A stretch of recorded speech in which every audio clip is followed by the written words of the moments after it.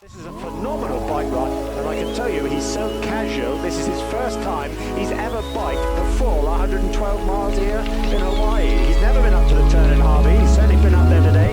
Doesn't he look...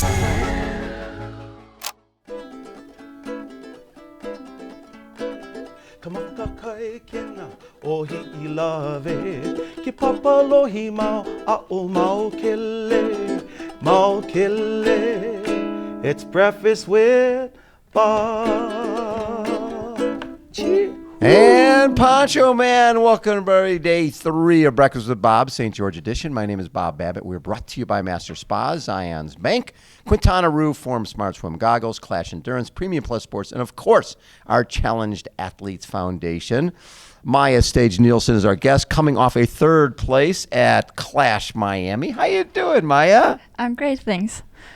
When I look at this course, I think Lanzarote, and you obviously spent a lot of time there. Just did a 3-week block riding here and after riding there. How do you compare them?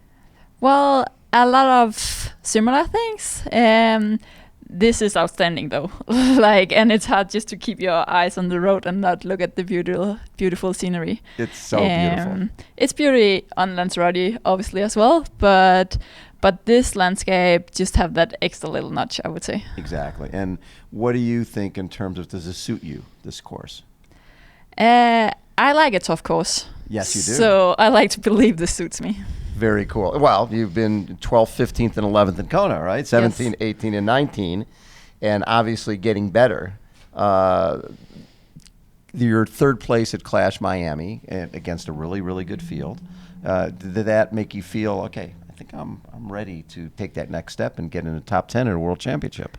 Yeah, it gave me a nice boost. And I also know that I'm better at long course. Yes. So it was a nice boost to see that it was okay on the shorter distance. Yes. And then I believe that now I can show what I'm capable of. Okay. And what do you think you're capable of? Well, for sure the top 10. Yes. That is like the goal. Yes. And then we will take it from there. Take it from there after that. 2021, 4th at 70.3 Elsinore, 3rd at Challenge. Is it pronounced St. Polten? Yeah. Yeah. 9th Close enough, at Challenge Gran Canaria. So you've been doing this from the world of golf is your background. Yeah. When did you transition from golf to triathlon? Well, I played my last tournament, the European Championship, in 2009. Okay. So that's quite some years ago. Yes. And then I worked at Club La Santa as a golf instructor. Is that right when you ran that. into triathlon? Because the Yes. Club La Santa really hosts so many triathletes. Exactly. And the Ironman there. Yes. So, yeah, I basically went there and hoped that I would start missing playing golf. Yes. And I could go all in after again. But yeah, I discovered triathlon and that was it. Yeah. And what were you competing on the Pro Tour? I have had wildcard to play a few times, Yes. but other than that, I played amateur because I was still in school. Okay. So the plan was to go to La Santa, find that inner motivation, and then apply for a scholarship, come here to the States, and then try to go pro. But yeah, triathlon stopped that plan. And what was it about golf that has helped you in triathlon? I mean, there's so much discipline in golf. There's so much focus. The mental side. Yeah, I think the mental side is a big thing, and just the passion for process, really, right.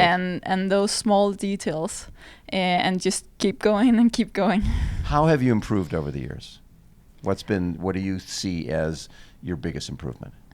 I think running has always been my strongest side. Yes. And then swimming is something that I have struggled a lot with, and that I feel like is getting better. Yes. I still feel like it's better in the pool than it is open water. So that is where I really put a lot of focus, and I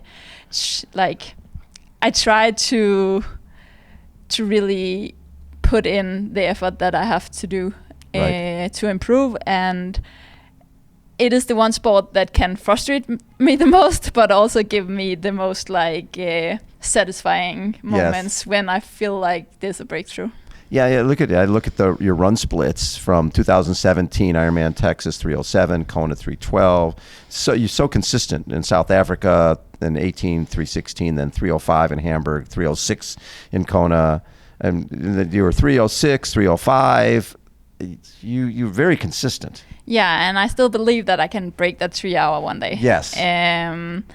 But I just need to do it a day where the conditions are right for it. Exactly. And yeah, this is a very tough course, but I will give it my best shot anyway. Well, it's interesting. I was talking to David McNamee from Scotland, who's finished third in Kona a couple times, and he was talking, because, I mean, obviously it's a very tough course, and we're thinking the times will be slower. He goes, no. But guys are going to go way under 8 hours. They're going to go like, and there'll be guys running 2:35 on this course. And this is a hard course. I'm looking at it and going, oh my God, that's sort of surprising to me. Yeah, it's kind of like, you won't see like even splits. It will be very much like up and down. Right. And I think you just have to get your head around that and don't try to hit splits every mile. Right. But let it come as it come, and then push when you can. So this bike ride, like we talked about, is very, very difficult. But it's also a thinking person's type of a game, because you're going to be coming up Snow Canyon towards the end of the bike. Mm-hmm. So if you burn too many matches early, you can be suffering going into Snow Canyon and then really be a mess trying to do the marathon, right? So being strategic and making sure eating, drinking, it's a little bit of a game you're going to be playing out there, trying to make sure I get to the run in the right position to unleash what I think I can do. Yeah, and I think that is what an Ironman is all about, right? Right. And you have to, like you said, have your head in the right place to be able to do it. What do you look at as the race that told you, okay, I can be good at this sport? Oh, that's like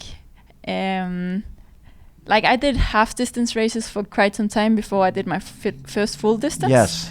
And when I did my first full distance, I was like, yeah, this is what I want to do. Like, I had been looking forward to do it, but I also wanted to make sure that I was ready for it. Yes. And I did the first one on Mallorca in end of 16. Okay.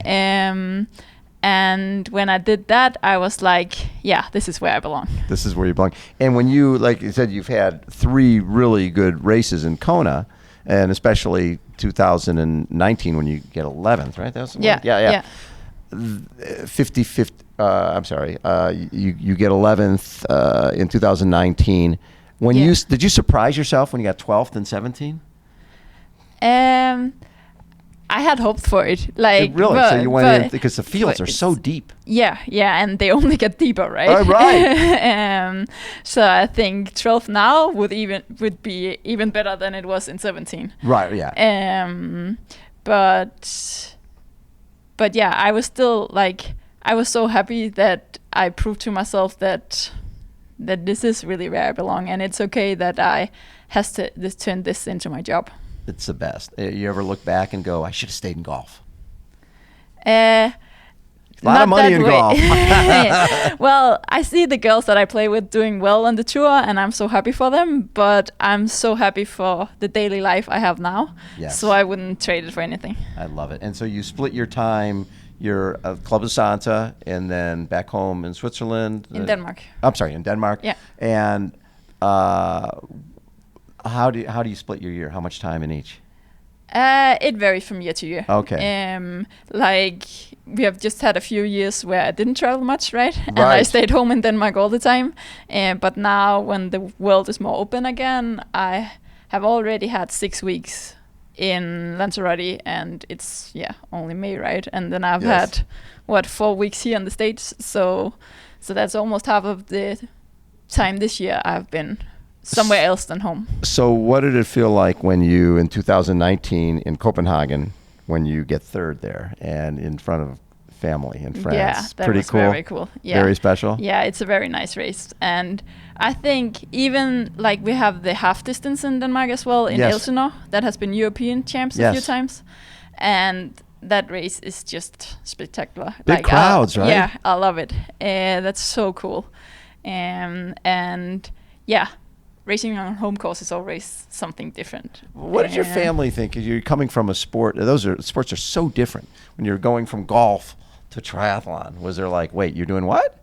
I think they had to come and see me race before they really understood. Right. And to see a triathlon, right? Because it's the experience of watching that brings you in. Yeah. So they actually came to Lanzarote when I did my first Olympic distance there. Yes. And like they have a non-draft Olympic race leading into the Ironman, and I was allowed to try and race, and my parents came out, and yeah, it was very nice. That is so cool.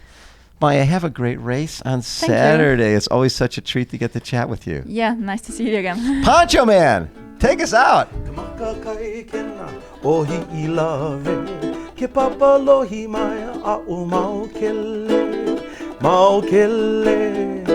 And it's breakfast with Bob. And Poncho Man, thanks everybody for tuning in. Hold on. We'll be right back.